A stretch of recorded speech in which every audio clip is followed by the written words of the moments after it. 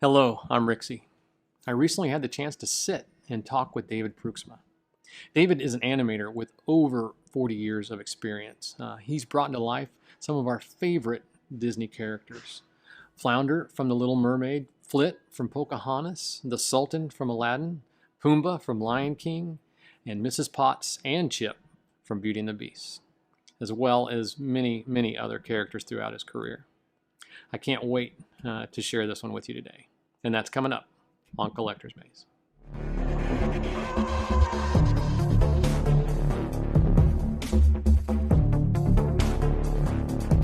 So, David, hello. Thanks for taking the time to sit down and talk with me today. I'm really excited to hear all about the world of animation. Where you've been, what you've done. So yeah, thanks a lot.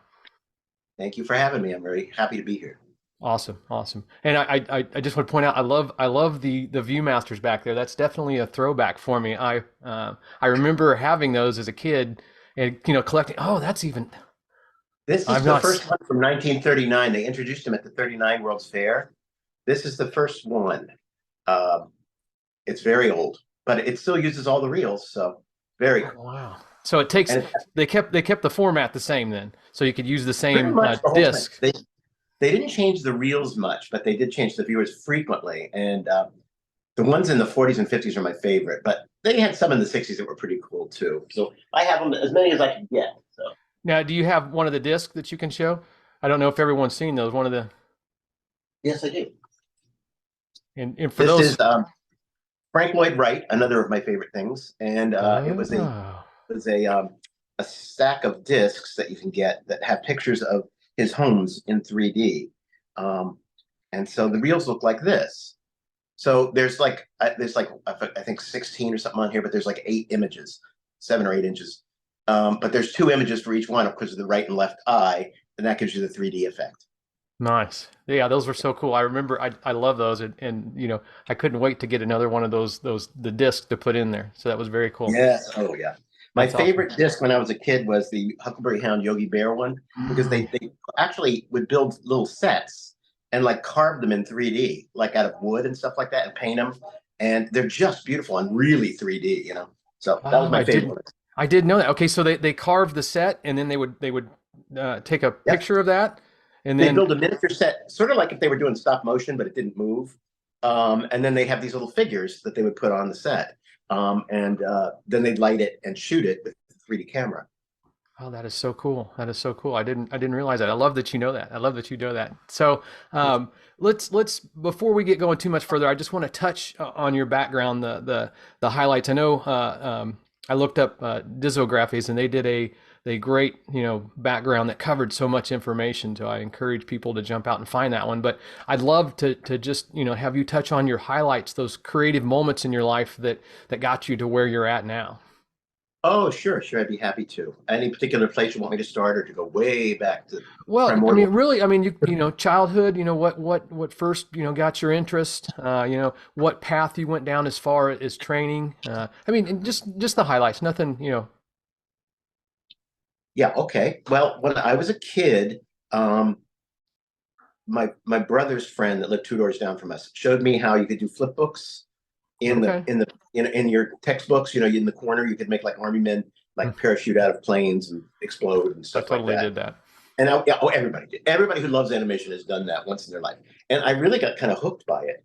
And then at that time in the early 60s through the mid 60s, Hanna-Barbera was big on TV, as was, Disney on Sunday nights and whatnot. So you got to see a lot of animation, both good and bad. And I really liked the primetime shows. They were a little bit more adult, a little bit more, the writing was a little bit better. I didn't like Mm, anything that pandered to kids. But we used to watch, of course, all the shows, and color TV was a big thing at that time. And one of our neighbors had just gotten a color TV, and it was kind of an event when something was broadcast in color, and everyone would come to the house and bring like appetizers, and then we'd all sit and watch the show. The one I remember the most is in 1964. Disney, the Sunday night Disney show, Wonderful World of Color, showed Alice in Wonderland in color. okay. Um, and we went to the neighbors, and I was completely floored by it. I'd never seen an animated film in color. Um, Up until that time, I was like 7 or something like that. And I remember sitting on the floor and looking at that and being amazed both by the what is it, the golden afternoon sequence with the flowers Mm-hmm. and the Mad Tea Party. And I remember Oh, turning, my parents were on the couch behind me. I said, I want to do that.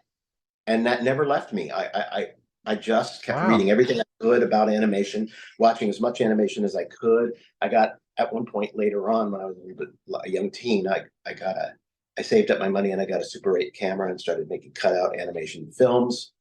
Um, it was just one of those things. It's like once you're bitten, it's pretty hard to go back. Wait, so very early on, I love that. So very early on, Very, I mean, very. you knew you wanted to be an animator, Yeah. or And be in. not just work in film, but actually be an animator. That it wasn't like, oh, I'd like to do story or I'd like to do this. I mean, I've done those things, but the animation is what thrilled me more than anything else. So while we're here, before we jump on to further training, let animation. What exactly is it that you do in animation? I mean, I understand a little bit about it, but I watched a documentary recently, and that's why I buy DVDs, especially for the featurettes and documentaries, because I love the behind the scenes Yeah. information. And I didn't realize that the different trades that are involved in creating an animated film. So the animator role, what specifically do they do? The animator, and everybody calls themselves an animator now, but there really is only one animator, and those are the people who make the characters move.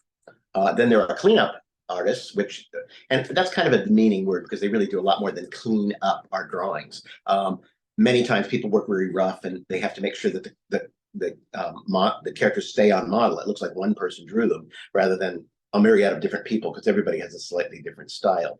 But the animators are responsible for the overall performance visually of the characters. Now, of course, they record the voices first. And the Okay. reason they do that is for synchronization of mouth and to get a natural performance rather than a stilted performance. If you had to come in and loop the scenes after the person had animated it, you would have to try to match the mouth movements to these arbitrary mouth movements the animator would do. Well, they learned early on with synchronized sound animation that if you record the sound first of the actor, then you can go put it on a sound head and actually, and I'm talking ancient history because it's different now, but they could run it back and forth over under this magnetic head and figure out exactly what frame of film each sound comes on. So a word like Oh, hello, 8 frames, and you know exactly what mouth shape to put on exactly the frame. Then you can focus on the performance, how the character's moving, like hello or whatever. You can decide on that. But you know that no matter what you do, the mouth shapes remain the same. So I usually, when I taught, I told students, don't worry about, everybody's concerned about the mouth shapes. And that's the last thing you need to worry about in animating dialogue. It's about body language. It's about performance. It's about sincerity. It's about believability, first and foremost, and communication. What are you trying to communicate in the scene, and what is the attitude of the character, and how would the character convey this information in its own unique way? So there's an awful lot of thought process that goes on beyond just mouths opening and yeah. closing. And so, you have to, what I do is I animate the phrasing first, blah, blah, blah, blah, blah, blah, blah, blah. That's two Oh, okay. phrases, and two phrases, dialogue, and two poses, really. So the old guys used to tell us, they'd say, start every scene with the most important drawings and work your way backwards from there. So it's not like you just do drawing 1, drawing 2, drawing 3, drawing 4, drawing 5 to 5,000 or whatever. You have to actually think about the performance. Like you're an actor. You look at your layout and you say, what's on this layout? What can I use? What would be unique to the character? Is there props I can use? That kind of thing. It's literally like walking onto a set, but it's a traditionally two-dimensional set. And then you have to figure out, is this distracting to the overall Mm. scene or not? And then all of that has to be communicated to the directors, because the directors and the producers are the ones that have the entire picture in their mind. We're working on specific scenes, specific characters, and although we know the film, they know it better than anyone because they worked closely with the story people to develop the story and the film. So I always would do thumbnails. I get my ideas down in little tiny drawings, rough drawings, and I go into the directors and say, okay, these are some ideas I had for how we might present this. What do you guys think? And they'd sit there and they go, oh, I like this. Take a little bit of this, a little bit of that, a little bit of this, and then put it back, bring it all together. So then I'd go back to my desk, and with confidence, I could say, okay, now I know what they want and what they don't want, and I know what they like that I did and what they think this would be better. And then I can go forth with confidence and roughly animate a scene to the sound and show them. And then they can tell me yes or no. Usually it was yes because I'd already communicated it to them. And then they would say, okay, you can finish it off. So then I go back and I do the real drawing, the actual tied down drawing. So, it really is a layer of processes. It's not just one thing. That's the animator. Now, there are other people. The animation process is so full of people involved that, your objective is to take whatever is handed to you and make it better, and then hand it on to the next person, who then their objective is to make it better. So that's it in a nutshell. Perfect. So it's more, you're more an actor. Yes. I mean, you're not producing the sound, you're taking the sound. So is it closer to, would you call it closer to puppetry than acting, or probably a combination of the two, right? Well, yes and no. Animation now, especially television animation, is more like puppetry. And in my opinion, I think that CG is more like puppetry, although it's getting more sophisticated all the time. And there's some very talented people in that field. But no, because you really are thinking performance. When I did Hunchback of Notre Dame, I was working with Jason Alexander and Charles Kimbrough on Victor and Hugo. Mm-hmm. And Charles and I did a lot of press all around the country on the film before it came out. And we'd sit in a room, I'd sit on one chair, he'd sit on another, and we'd talk about our approaches to the character for our unique, what is the word I'm looking for? The gift that we bring to that scene. And one time we took a break between sessions, and Charles came over and he goes, I was listening to you talking about how you approach animating a scene. And he says that it's exactly the way actors approach a scene, whether it's live action or animation. And I thought, well, that's kind of a corroboration of what I've always felt, which is, it really, to me, what interests me more about hand-drawn animation is the performance. And unfortunately, in order to get that performance on the screen, you have to be a really good draftsperson, because there are subtleties of performance and subtleties in the dialogue that's recorded that you have to pull out and say, oh, I really like the way they held this line, or there's a pause between this word and this word. What can I do there to make it look like the character's thinking? So it's really not just listening to the sound and making the mouth move to the sound. It's really about, how can I get the emotion into it, and how can I make this voice look like it really belongs to this character, including tonal sounds. Like, I always use this as an example. If you know Disney's Peter Pan, you've got two main characters, Hook and Smee. And if you really think about it, Hans Conried had a voice that was, Captain Hook, and it was very, threatening and very harsh and very staccato and sharp, And Smee, on the other hand, was very soft and blubbery, and you hardly ever even hear any. Not the voice. Yeah, trust me, I know that voice. I love that voice.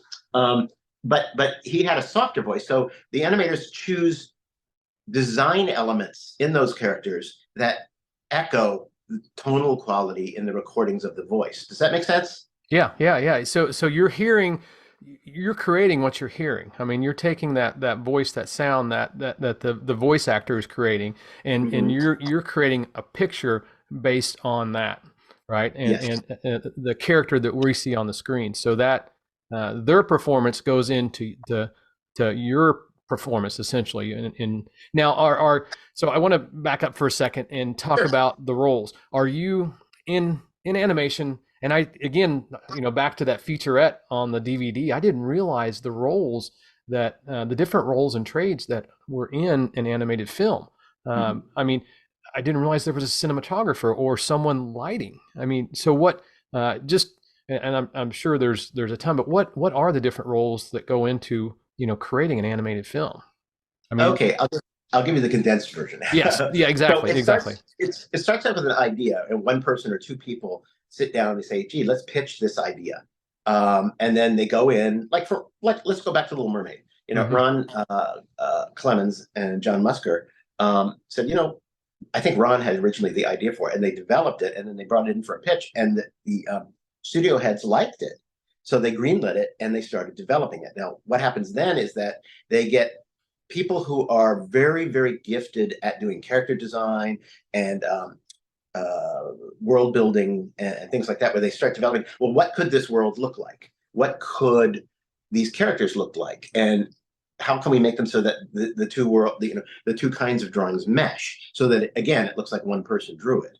But it's a group of people, and then you get story people to come in and start to you get a script done, you get and which is a guide, not really. Scripts in animation are different from scripts in live action, where you don't really go literally from it. It's kind of a framework, and then the story people come in and add visual flair to the script. So you might have the film might be developing throughout the entire production process. They might be changed dialogue, they might change sequences, they might rearrange sequences. And so those are the story people, and they work very closely with the directors and the producers, and they have meetings. And then they bring in animators like ourselves, and we come in. There's supervising animators, and there's animators. And the supervising animators are the people they cast as actors on characters. Okay. And it becomes something over time where the directors and the producers and the people that are on the films, because Disney kept their staff on for so long, they knew what our strengths and weaknesses were. They knew what kinds of characters we really excelled at, and the kinds of performance that they would get. And they would cast that just like they cast a voice. It's like, okay, Dave, they'd call me when I was on the end of one picture, and they'd say, you want to come to lunch with us? We want to talk to you about in the next picture. And they'd pitch me one or two or three characters and say, is there anyone that particularly interests you? And I'd say, well, I don't know. What do you think? Or I'd say, yeah, I really like this one. Or they'd say, we were thinking of you for this one. And I'd say, great, I love that one. Let's do that. And then when I finished on one picture, I'd take a break and then come on, and I would do, meaning all supervising animators, would come in and start developing the characters. What does the character sound like? What would the design be? Does that fit with the art direction? And then, we would start developing test scenes to see, how does this thing move? What's unique about it? Okay. Now, while that's going on, there's a lot of overlap. There are people who do layout, and layout people are basically the cinematographers on the film. Okay. There's also art direction, which is a person like, say, Sue Goldberg or Mike Giamo, or any one of a number of different people that are really gifted at creating a pleasing palette of colors and designs that will work. Again, working with the directors, because the directors are at the top of the pyramid, and we all filtered down from there. So that's all being done all kind of simultaneously, and it's all filtering through the directors for the most part. So they're getting what they want, and they can give you very specific information about that. After we do our model sheets, we start doing some animation, and we create, because it's not until you really start moving the character around that you realize how it's drawn when it's moving around. Like the first scenes I did of Mrs. Potts was when she's jumping and she's moving in perspective and turning around. And I thought, well, this is the perfect way I can get to know how this character looks in 3D. Because you have to be able to draw really well in order to get that believable perspective in there. Because if everything the animator does is to make audiences believe that these are not just sequential drawings, but they're actual characters, living, breathing, thinking characters. So it's really an illusion. But we have specific skills to do that. After we do some tests, then we have a specific cleanup person assigned to us. And I'm going to say assistant, because I don't like the word cleanup. But there was assistants, and they would come in and take our drawings and then refine them and add the details and whatnot, and make sure that they are consistent. They will create another cleanup model sheet, and that goes to anyone who's working in cleanup. Then there are people who are sculptors, and they come in, like Kent Elton, for instance, who I love. I still have a lot of my maquettes. After I get the character approved and the model sheet's approved, then I'll do turnaround drawings, and I'll do specific model sheets that have the character from all angles, up, down, backwards, forward.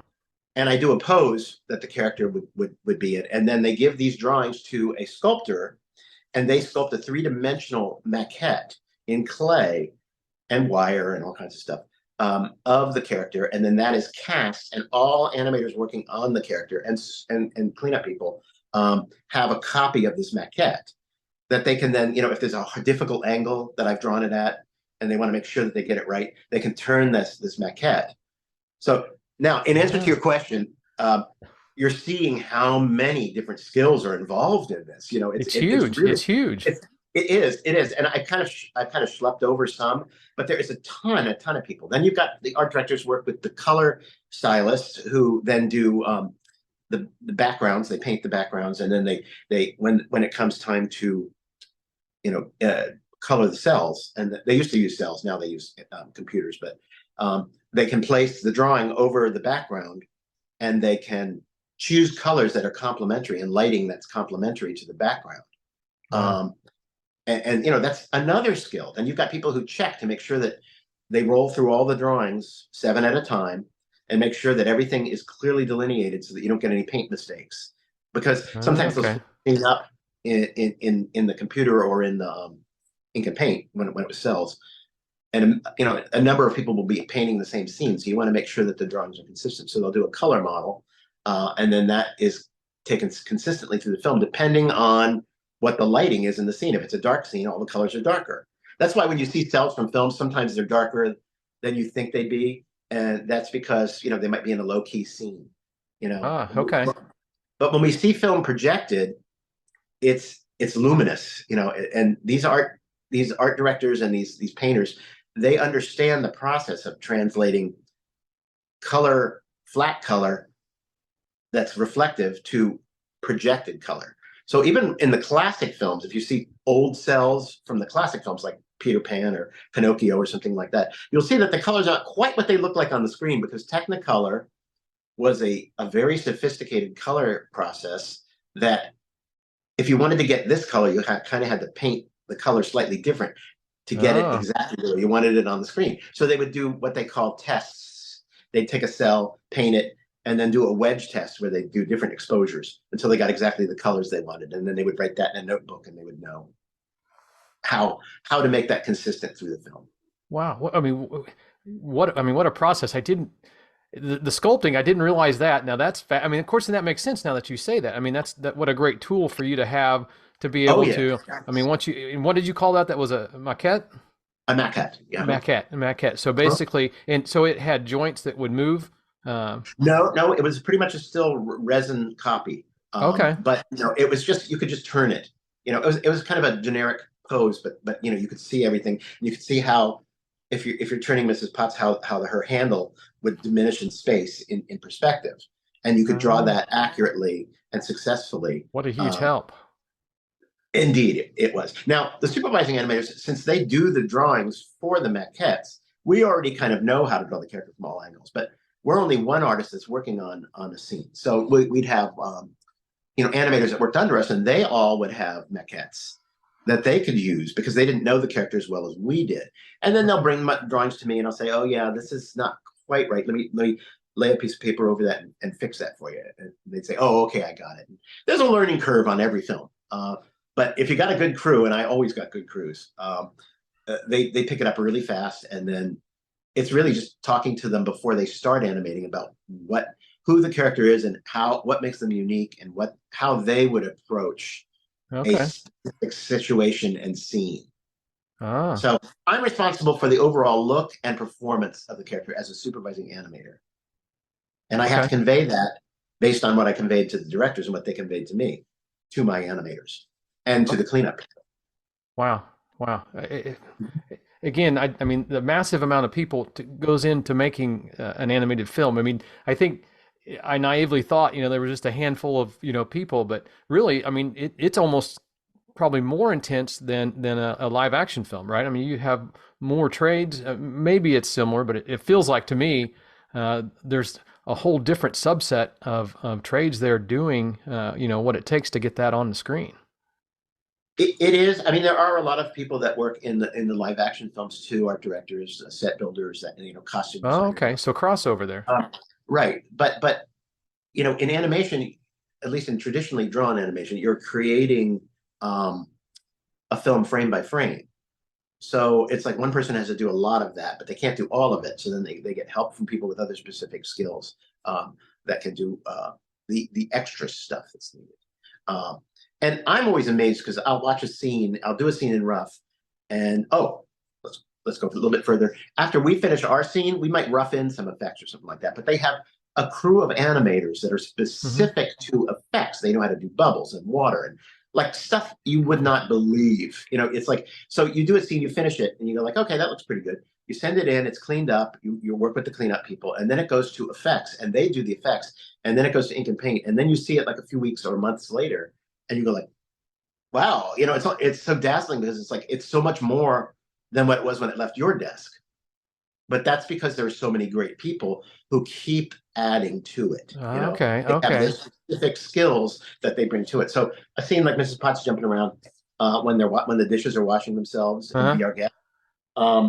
You know, I would do that, and then I'd come back months later, and there'd be like a million bubbles. That's great. Scene, That's like, great. Yeah, and you know, it's like that one animator just the effects animator comes and does this brilliant, beautiful stuff because that's the unique gift that they bring to each scene.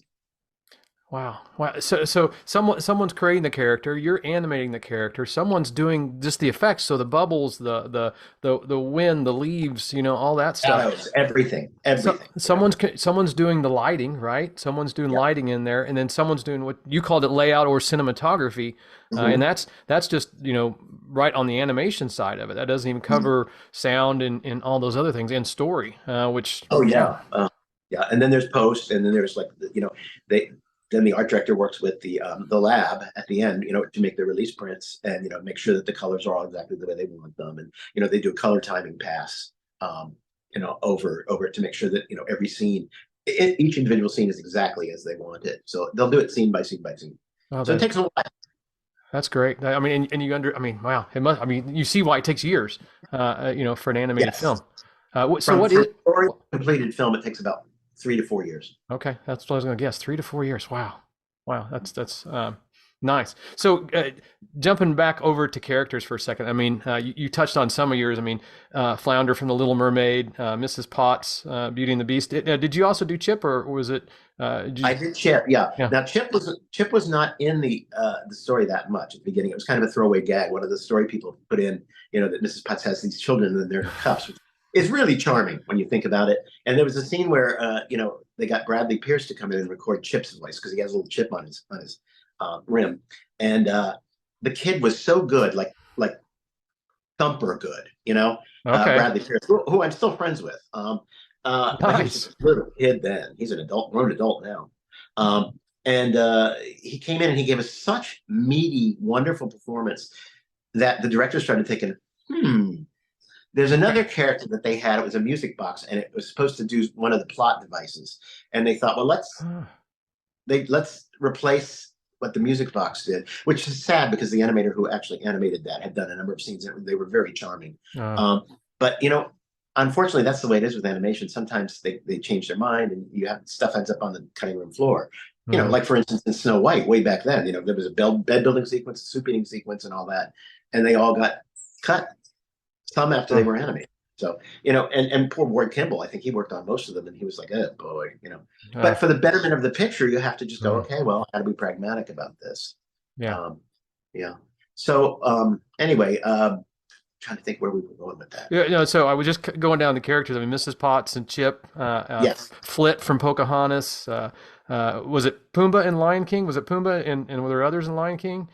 No, that's a misnomer. You know, the internet is a great place for misinformation. Absolutely. Actually, I was originally asked if I wanted to do Pumbaa and Timon Okay. when this came up, but I didn't. I was really tired from other films I had done, and I felt like I wanted to go on to Pocahontas because it wasn't as far along. Okay. So I declined that, and fortunately, they gave it to Mike Surrey. Mike Surrey did Pumbaa. I'm sorry, Timon, and Tony Bancroft did Pumbaa, and they were the supervising animators on that. Now, Nice. I went over to Pocahontas, but then towards the end of Lion King, Don Hahn came to me and said, Dave, you know, we're getting a little bit behind on the animation of Pumbaa and Timon. Could you come over and help the guys out and just do a few scenes? I said, sure. So I came over and I did just a handful of scenes. There was one scene that was originally going to be, here's another example of getting it cut. When Okay. you finish. They did a soft shoe of Tea for Two with Pumbaa and Timon doing like a cane and soft shoe thing. Okay. Okay. And I animated the entire thing. It was about a minute's worth of animation, maybe 30 seconds. And as the day I put down my pencil finishing it, they go, "Oh, Dave, I'm sorry, we're going to change that to the luau sequence." I'm like, Oh, heartbreaking, but you know heartbreaking. what? It really was better. The luau Well, sequence is hilariously funny, and it's one that everybody yeah, remembers. yeah, So I yeah. did the Pumbas in that, and uh, Brian, I can't remember his last name now. My mind is just getting gray, as is my hair. Same. It's getting there. Yeah, but he did a wonderful job in that sequence, and it turns out to be kind of a showcase piece. So that happens, but that's okay because it's a collaborative process, probably more so than any other film medium. It's so collaborative. So many people are involved. In every Well, performance. yeah, and I love that they tagged you to come in and help catch up a few scenes. I mean when you say collaborative, it is, and I like that they and I think that's probably more common than I realize. They leave room for the story to organically grow. I mean, like Chip. I mean, they didn't plan for Chip, but what they saw the possibility, and they're like, oh, that needs to be there. So I love that. Stories are organic, right? I mean, I think Yeah. that's more common than I realize. Yes, and I remember the day specifically when we did that. It was towards the end of production, and I had just done a few scenes of Chip, and we were showing them to Jeffrey every once in a while. We'd all get together in a screening room and screen it. And Jeffrey says, "I really like this Chip character," and the directors agreed, and they all said, "Let's replace this character with that character, and add him here and there some more." So they brought in story people to come back and add him in more and more. And then Jeffrey turns to me and goes, "You're doing Potts. Can you do Chip too?"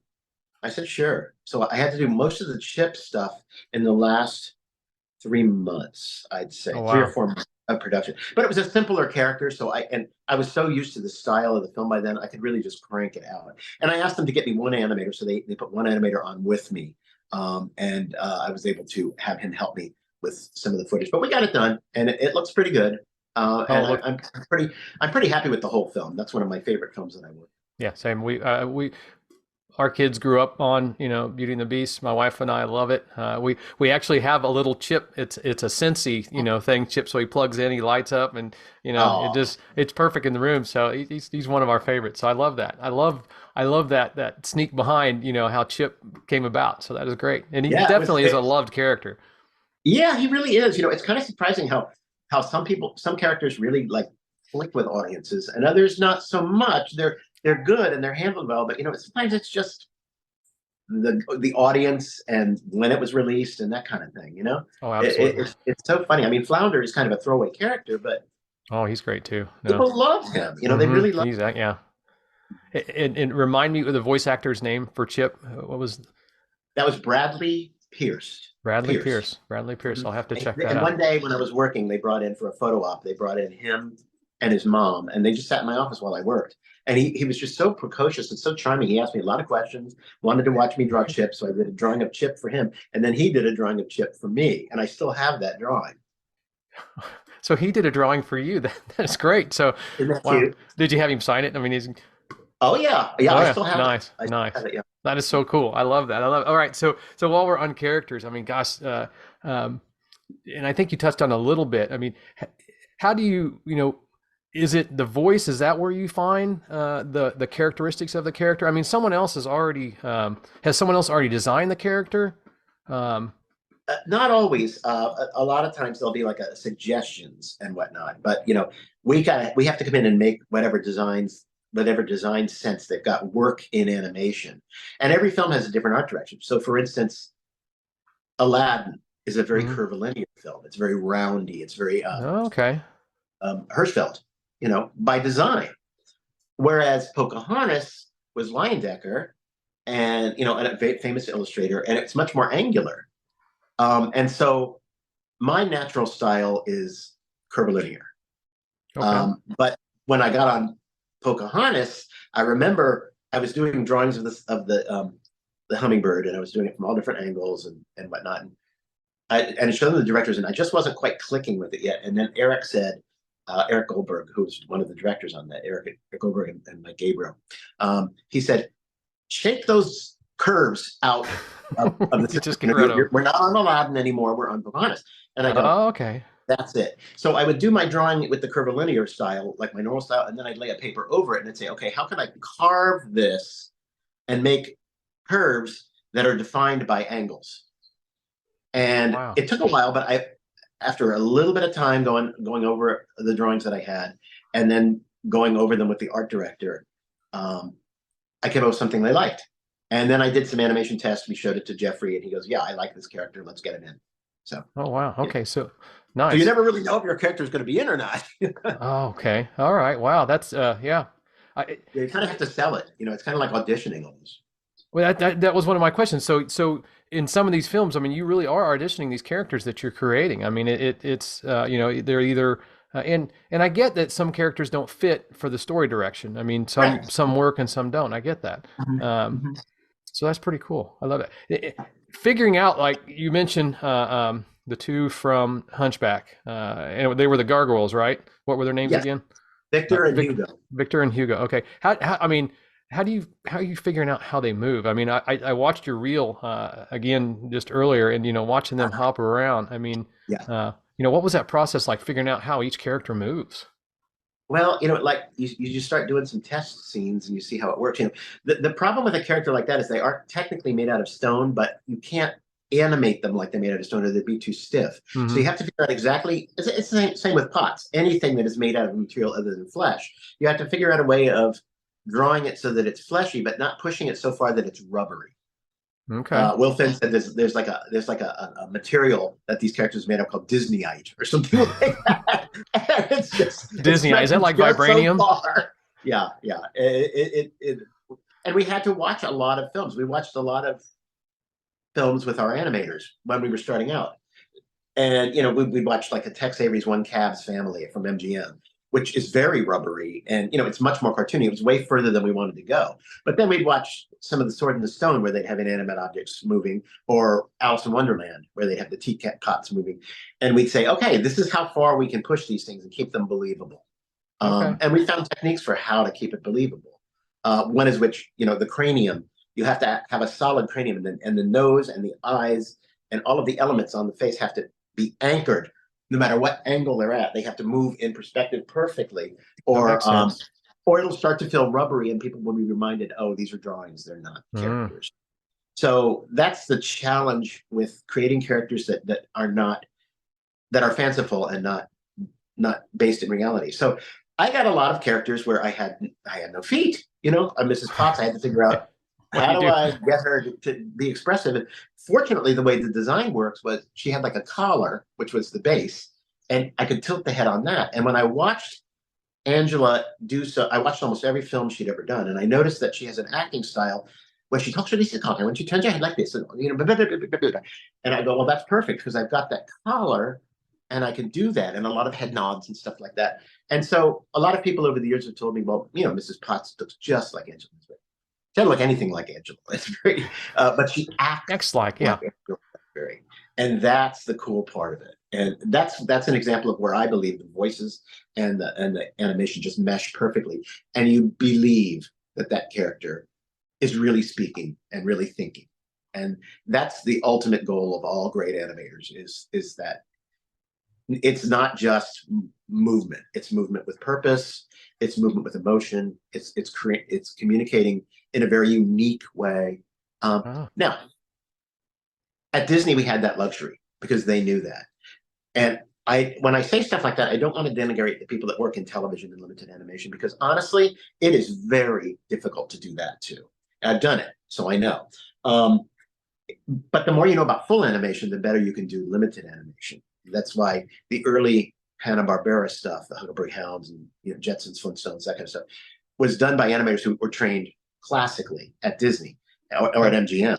And then they would come over and they know, because of that classical training, know exactly what to put in and what to leave out. But we have the luxury at Disney of spending the time to develop the characters and the style of movement. In television, it's voracious. I mean, you have to like turn stuff around like that. Okay, that's So what you I was. have to have formulas that work. Otherwise, it's chaos. So So, I understand that. So it doesn't denigrate the great talent that works in television animation. It's just it's a different thing. So when you So say limited animation, since the time constraints, they have to, I mean necessarily cut corners, but they have to do it differently to get things done within a time frame, right? Are they reusing like cells, or I mean, what are they? How does that work? I mean, what are they doing different and limited? Obviously, not spending as much time, but how are they well, saving time? limited animation was developed in the time when animation was moving into television because they literally didn't have the budgets at the time to do theatrical style animation for television. So when MGM closed down their animation studio, Bill Hanna and Joe Barbera had already been doing commercials that were more limited. And they had a number of animators that had worked for them for years at MGM. And one of them in particular that I've heard stories in talking to some of the people that worked on that stuff. Ken Muse was one of the animators on Tom and Jerry, Kenneth Muse, and he went over to Hanna-Barbera with them. And he had developed a style of, they call it streamlined animation, but it later Okay. became limited animation. And what that was is you'd start to move only the elements that would move, and you keep the body still. Or like in the Flintstones, say when they're talking, the body will be a held Okay. cell, the head will go like that on accents. But they can reuse Okay. that accent over and over and over again. So you do a fraction of the number of drawings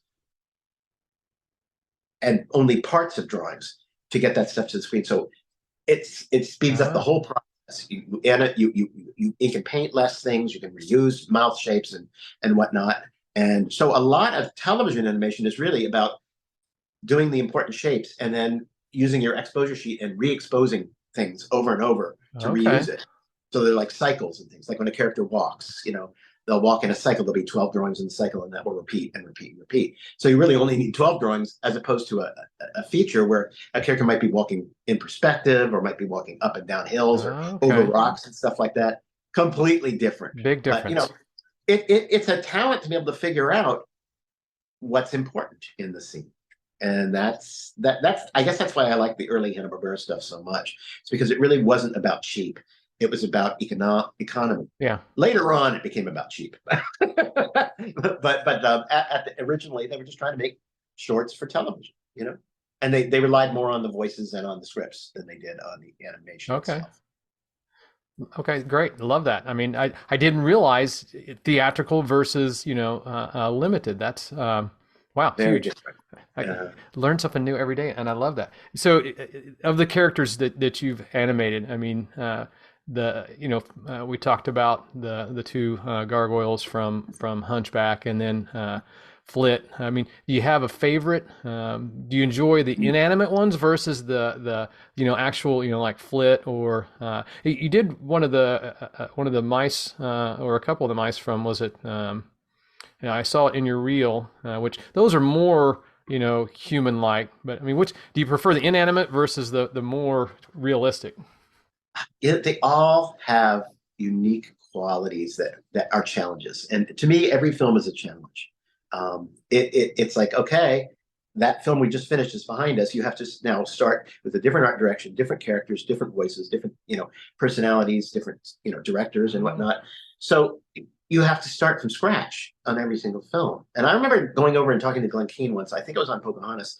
I was struggling with something, and I went. His office was right next to mine, and I went in and I said, Glenn, I'm so struggling with this. I just feel like I'm not quite understanding the art direction. This was early on in the production, and he always would take time. He'd put his pencil down, and kind of lean back and look at you, and he'd say, "Well, I don't really understand that, Dave, because you are gifted. You do know how to draw. You do know how to do this." He said, "But I'll tell you a little secret just between you and me." And of course, now I'm telling everybody. But that it's was a out there long for the time ago. world. It's for the I world. think he would tell now too. But Okay. he said, every film that I go on, I think, they're going to find out I don't know what I'm doing. This is Glenn Keane. So I'm like, really? you know, um, because he did so many wonderful characters, so many unique and interesting characters. But he said, it's just, you just have to like start all over and start making mistakes and then learning from your mistakes and making changes and corrections until you get it the way you want it. And eventually you will. And that was tremendous. I remember it all these years later. It was tremendously helpful to me. Because there's so many great people that work at a studio like Disney, and there's insecurities that come out because you look around and you think, okay, I've got to rise to this occasion because these people are so good. And so, it's like, okay, well, and they've entrusted me with these characters that will be around long after I'm gone. So it's a little scary, and I hear that with actors too. They get on stage or they get on a sound stage or they get on a set and they're nervous, they're nervous, even though they've done it 1,000 times before. I think Sinatra used to throw up off stage just every time he went to go on stage to sing. So, that shows you, someone of that caliber still has those little insecurities, because only us know what's going on up here. But you have to, the difference, I've always told my students this, the difference between success and failure is you have to push past those insecurities. Yeah. Just push yourself past it and go, okay, it's okay to make mistakes. And when you make mistakes, if you learn from those mistakes and you make corrections and changes, each mistake you're stepping closer to the end result that you want. And we live in a world right now which is very, very judgmental and very, very not interested in process. They're interested in end result. And animation art is a process, and it's unique for every single person. And you just have to trust the process, which I've told people before. I had a little sticker on the top of my desk through all the films that I worked on that said, trust the process. Okay. Because I had to remind myself throughout the course of the film, oh, it's okay. We'll get there. And we always did. Wow. I love that you being vulnerable. I mean, with your background and I mean, we kind of touched on your background, but I mean, you went to Cal Arts and before that, another animation school. I mean, and that you had doubts when you were there. I mean, that I think everyone at some point when they're, experiences that, I think it called it, the poser syndrome, where you feel like, I'm not really this person, why, I'm not fit to be here, but it really is believing in yourself, right? And I love that you shared that. So thank you. Because it really is. And it's hard. And that's why I had so much empathy for my students, because I know they really were the way I knew how they felt because I had been there. And so I could always talk them off the ledge, or I could try, sometimes then you go back into your head and you're like, oh, no, he's wrong. But I saw a lot of people really grow when we were teaching at LCAD, and I'm very proud of those people because I saw how hard they worked to get past their insecurities, and many of them are very talented and working in the industry right now. What great. So while we're here, someone looking to go down the animation path. I mean, traditional schools, I mean, do they jump in and find an art institute? I mean, what's the best route that you think, I mean, today? Well, when I was starting out, there were very few schools that taught full character animation. And because I was based on the East Coast and my relatives all came from the Northern Jersey area, I chose not to go to Cal Arts. Cal Arts was fairly new. And there was only that and a handful of other schools that taught animation. One of them was Pratt Institute in Brooklyn, New York. And it's a very good art school, very good. And I said, well, I'm going to go there. Well, within a few months, I knew. I talked to the teachers and no ego involved in this, but they say, Dave, the animation industry is in California. You really know as much about animation as we do, here in New York. They said, you really should go to California. And I went, okay. So after my second year at Pratt, I left and I waited a year and I applied to Cal Arts and I got accepted. So then in the late 70s, I went to Cal Arts, and after 2 years there, so it's 2 in Brooklyn, 2 at LCAD, not LCAD, Cal Arts. Disney called and they said, you want to come over, work with Eric Larson and, do a training program here. And honestly, Cal Arts was great, but we're all still friends. We all work together at Disney and other places, and we're all still friends. Cool. But it was an interesting time because you'd go in and you'd work with Eric Larson, and you weren't sure if you were going to be accepted. So you had to kind of like decide, well, I'm not going back to school. But then you might have to go back to school, But fortunately, at the time that they called us in 1980, one to go over there. The Bluth people had left, and they had created Don Bluth Productions, and so they really had a huge hole in their production schedule, and they needed young people. And Eric was committed to training us. Boy, what an amazing place that was! I learned a lot at Cal Arts, but I learned so way much more once I was in the trenches working with the animators on films like Mickey's Christmas Carol and The Black Colony and whatnot. And it was just like you just were thrown into the deep end and say, "Okay, swim," and you're like, "Okay, I got to keep my head above water." You know? Well, that's where that character and that grit and believing in yourself, right? That's where that comes in, because you and knowing what you want and what you're after. So the process. So someone that's going down this path, I mean, really, they need to work on honing their skills at drawing and storytelling. And then, so you mentioned students. Are you teaching somewhere currently, or? I was teaching at Laguna College of Art and Design for about 10 years. I retired in 2001 after Atlantis because I didn't like the direction the studio was going. So I just felt like I had done everything I wanted to do. And so I left the studio and I retired for about 6 years, 5, 6 years. And then I got really bored because I was way too young to be retiring. Wow. And so I did freelance stuff. I did commercials. I did stuff for Eric Goldberg and stuff like that. It was a lot of fun doing it. And then finally, at one point, Cal Arts needed a chair for their department. And I applied for the job, and Roy Disney recommended me, and a lot of people recommended me. So they perfect, because I did a lot of training at the studio. But they rejected me because they were looking, I think already the PC movement was taking place, and they wanted someone who was different, not old.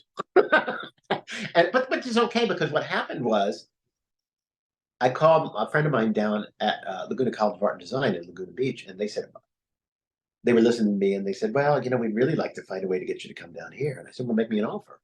Yeah. So I went down to the school and I did a couple of lectures, and they liked what I was saying, and so they picked me up as a full-time instructor.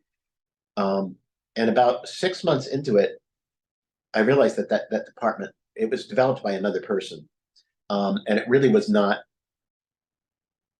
It was not serving the students. I didn't believe it was serving the students in the way that I thought it should, and I wanted it to be more like Cal Arts was, and more like our training programs at the studio were, so that people were learning to be their best, not learning to just get a job. It wasn't a trade school. So we made people make films. We made people learn every aspect of the process, which we talked about earlier.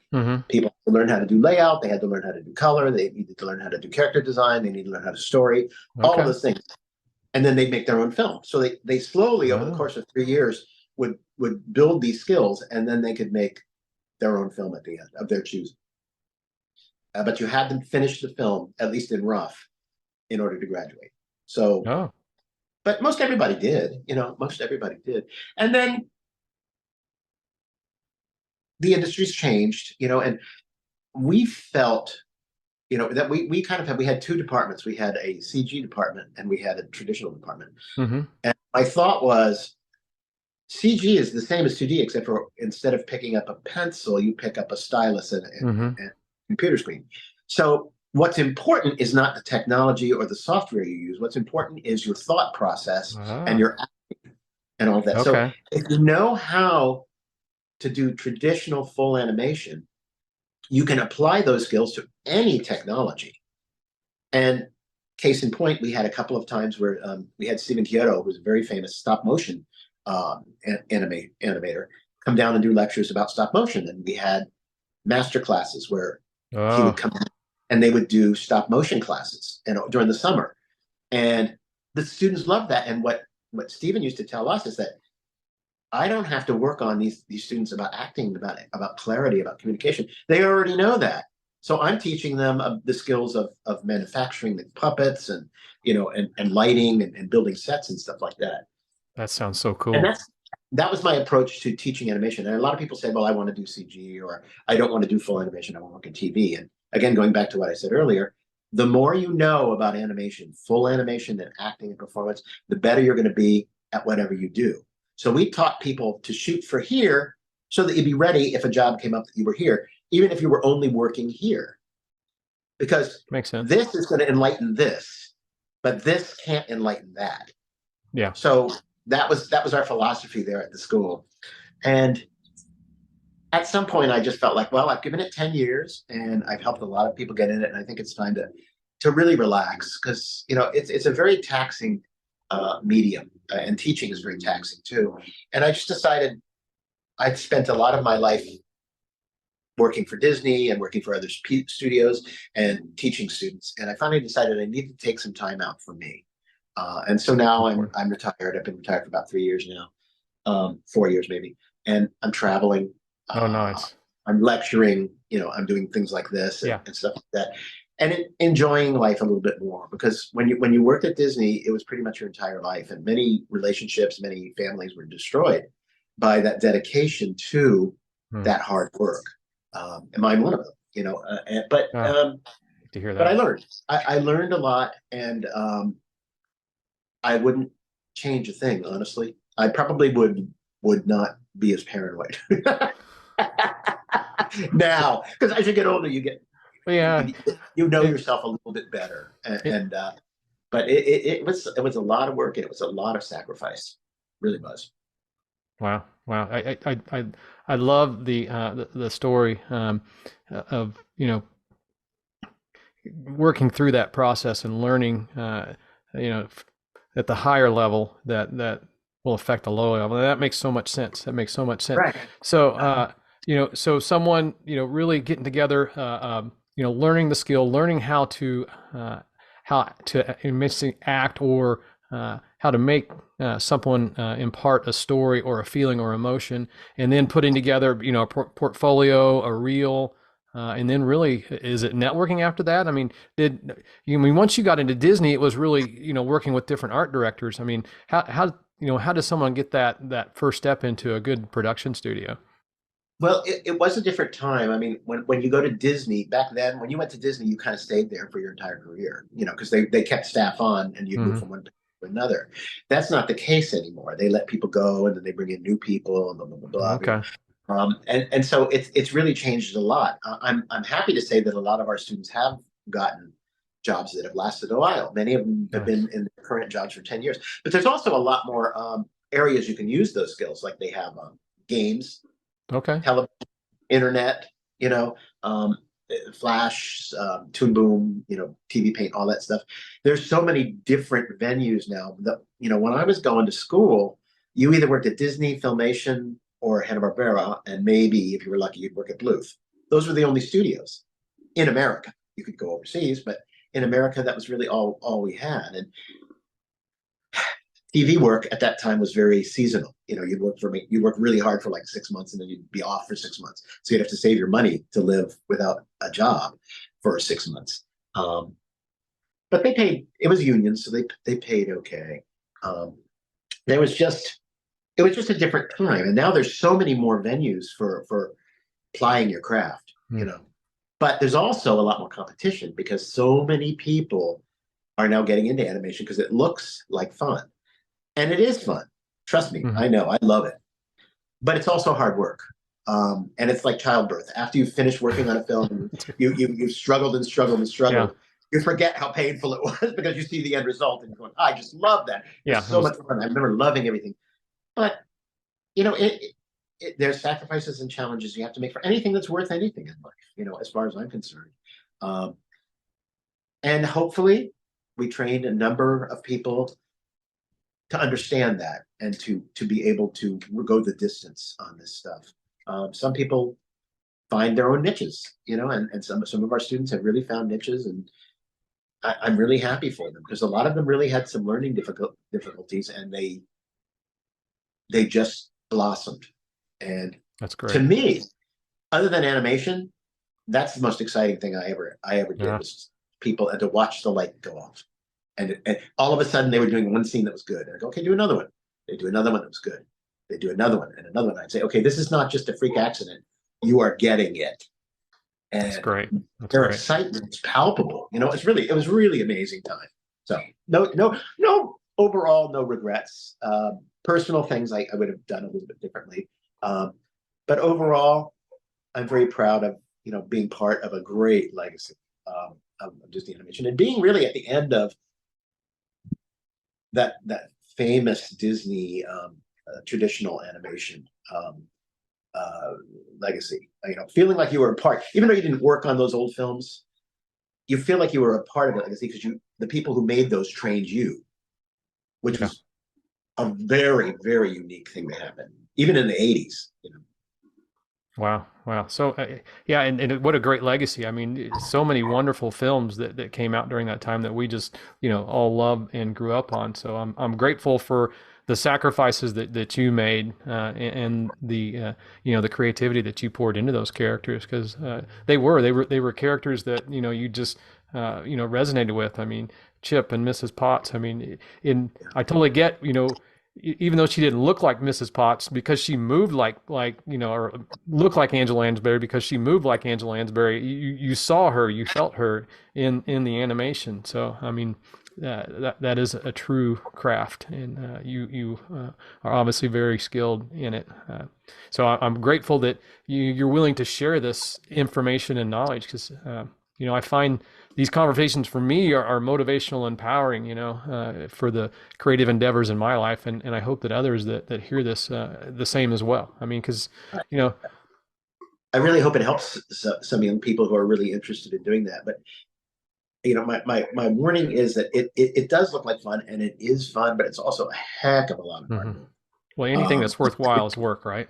Exactly. And honestly, the old guys used to say it takes about 1 year to learn the basic skills of doing full animation and about 10 years to master them. And in my case, I would say that was accurate. Good. I always liked the work that I did. I did the best I could, but I could always see the drawings, myself. Nobody else could. Mm-hmm. I could, because I knew the process. And it wasn't until Hunchback that I went to a screening of dailies. And I was watching one of my scenes, and I was completely engrossed in it. And I believed that it was a character and not a sequence of drawings. And I got so excited. It was the most exciting experience I had in animation. It was like, I fooled myself. Even knowing that I did those sequential drawings, I fooled myself into believing that this was a real living, breathing character that thought. And that, to me, after that, it was gravy. It was like, okay, I've done it. That's so good. That's so good. Yeah. I mean, wow. Okay. It was very exciting. So go back to the old Hanna-Barbera. You talked a lot about those that you growing up. What was your favorite? I mean, which Hanna-Barbera? Because you didn't like the more cutesy. You were more on the more adult. Well, which one was that? I like Huckleberry Hound, but those were written for adults, and actually many adults liked those as much as kids did. Back then, cartoons weren't considered kiddie fodder. It wasn't until Saturday morning came where it started getting dumbed down. But I really liked the primetime shows. I was a very big fan of Top Cat when that came out in '61. Okay. I remember watching it in black and white, on TV. Oh. The Jetsons was one of my all-time favorite shows, and it's Great funny show. because nobody else really liked it then. I did, but now it seems to have grown in popularity in the last 60 years. But that was on opposite of the Disney show on Sunday nights, and so we didn't get to watch it very much because in our house it was like we watch Disney first, and if that's not good, then we'll switch over to like that. And that's why it only ran one season when it first came out. And the Flintstones, those three shows, nice. Maybe Johnny Quest, because that was really exciting. It was like a living comedy. Quest was good. I remember Quest. Yeah. Those four shows were the shows that I really, really resonated with. Again, as a kid, I knew that was limited animation, and I knew it wasn't like Disney. I understood that, and I understood why, because they had to make them so fast. But I did. I could watch Ludwig von Drake on the Disney show and go, "That's different from this." I like them both, but for different reasons. I like the characters and the writing. But I knew the animation was superior on the Disney product than it was on the Hanna-Barbera product. Okay. Nice. I don't know if people really know that now, but it's really true. I mean, it used to be when they did TV stuff, it was a certain caliber of work. And then if they made a feature, like Hey There, It's Yogi Bear or something like that, it was much more fully animated for the theater than it was for TV. And now it's the same, whether it's The Simpsons on TV or The Simpsons in the movie theater. It's kind of the same process. Interesting. Yeah, I definitely. I mean, now that you say it, it makes sense that there's a limited animation versus full theatrical, and I didn't notice it. Right. Now I'm gonna have to go back and rewatch. I kind of want to go watch Johnny Quest now that you mentioned that. It's been a while since I've seen any of those, so I kind of want to. I'm sure I can find them somewhere out there. I want to watch one of Oh yeah, those. there you can find them on YouTube. That show in particular was more like it was to me it was like an action comic book that happened to Hmm. have some animation in it. But it was just so well timed and directed, and the sound effects were really great. The music was really great. But the animation was really not good at all because they were such elaborately designed characters. You really couldn't move them that much. So it was just too expensive. And again, that's why I only went one season because they couldn't afford to keep making them.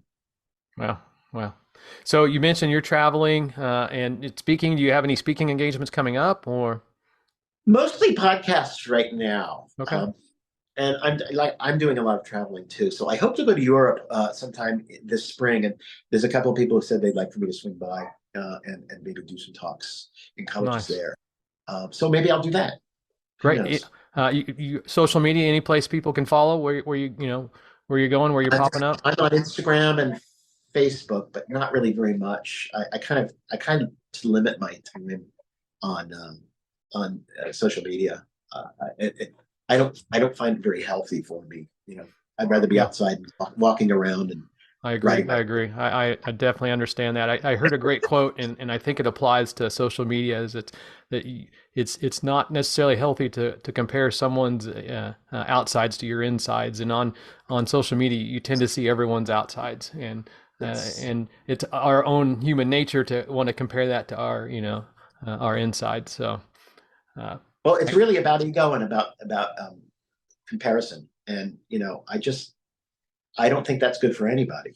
I do what yeah. I do, and other people do what they do, and I do what I like, and they do what they like, and I don't have to feel like I'm doing less because I'm not doing what they're doing, and they don't have to feel like they're less because they're not doing what I'm doing. Yeah, absolutely, absolutely. That's what it- Well, I love that you're sharing your information because I know that I'm inspired and I'm sure that others will be as well as you continue to share that. So thank you for today. I really appreciate your time.